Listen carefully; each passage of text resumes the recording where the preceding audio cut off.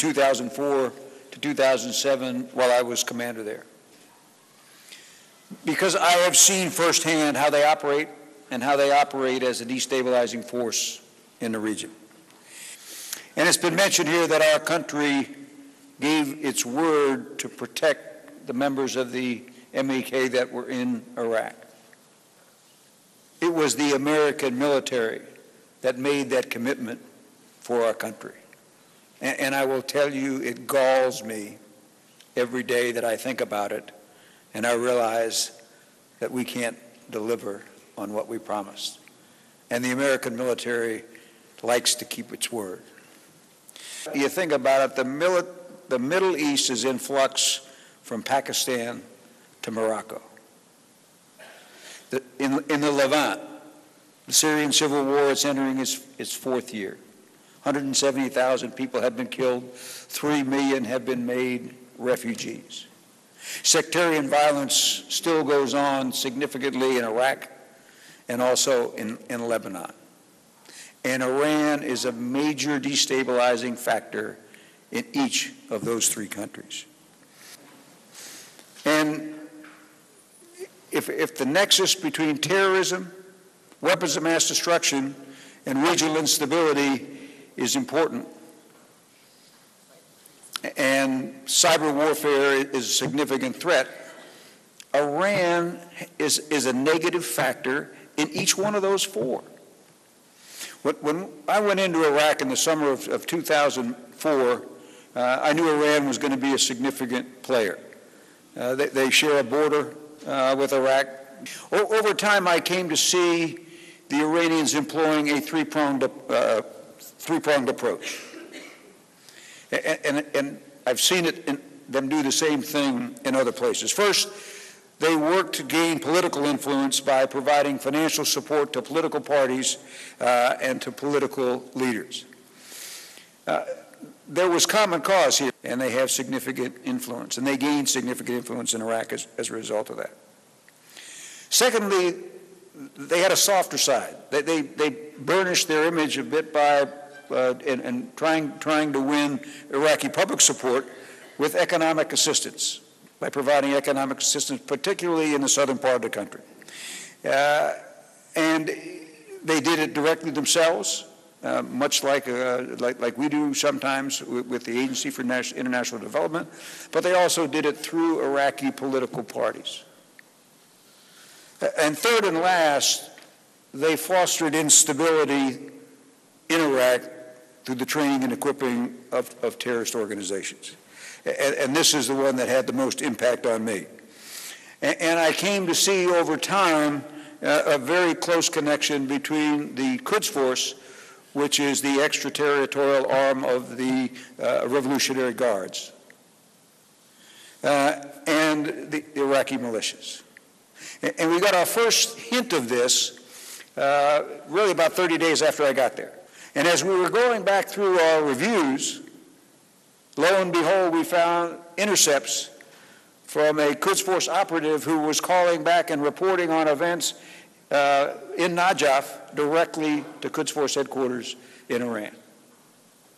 That piqued my curiosity, and we kept a very close eye on it for the rest of the time I was there.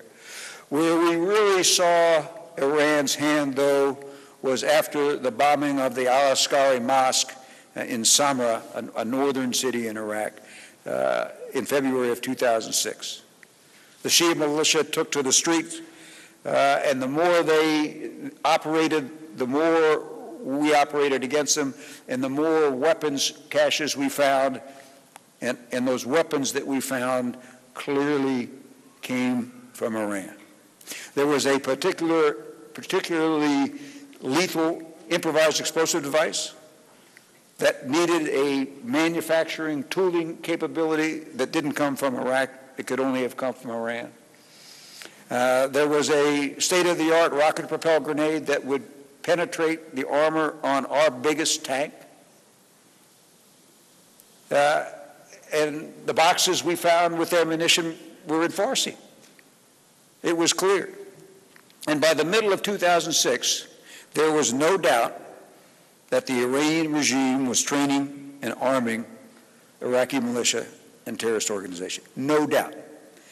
In fact, we had such good data that before the Iraqi prime minister had his first meeting with the Iranian foreign minister, days after he had assumed the position, and my intelligence officer and I went in and we briefed the prime minister on what was going on in the country, about the improvised explosive devices, about the weapons, about the training camps, and about the Quds Force presence. And when I finished, Prime Minister Maliki turned around and looked at me and said, "They are conducting terrorism in our country." And I said, "Yes, Prime Minister, they are, and it needs to stop." Later in 2006, we began to see a very troubling trend. And it appeared to us that Iraqi militia backed by the Iranians were actively pushing other Iraqis out of parts of Baghdad to expand their control over parts of the city. And we suspected this was going on, but we couldn't confirm it. Well, one December evening right before Christmas, our Special Operations Forces captured 6 Quds Force operatives in what amounted to a command center with the Shia militia group, the Badr Corps. And the Badr Corps was the militia of one of the major Shia political parties. In this command center were weapons receipts. They kept very detailed logs of all the weapons and equipment they got. And there was a map on the wall, a map of Baghdad. And it was color-coded. It was color-coded by sectarian group.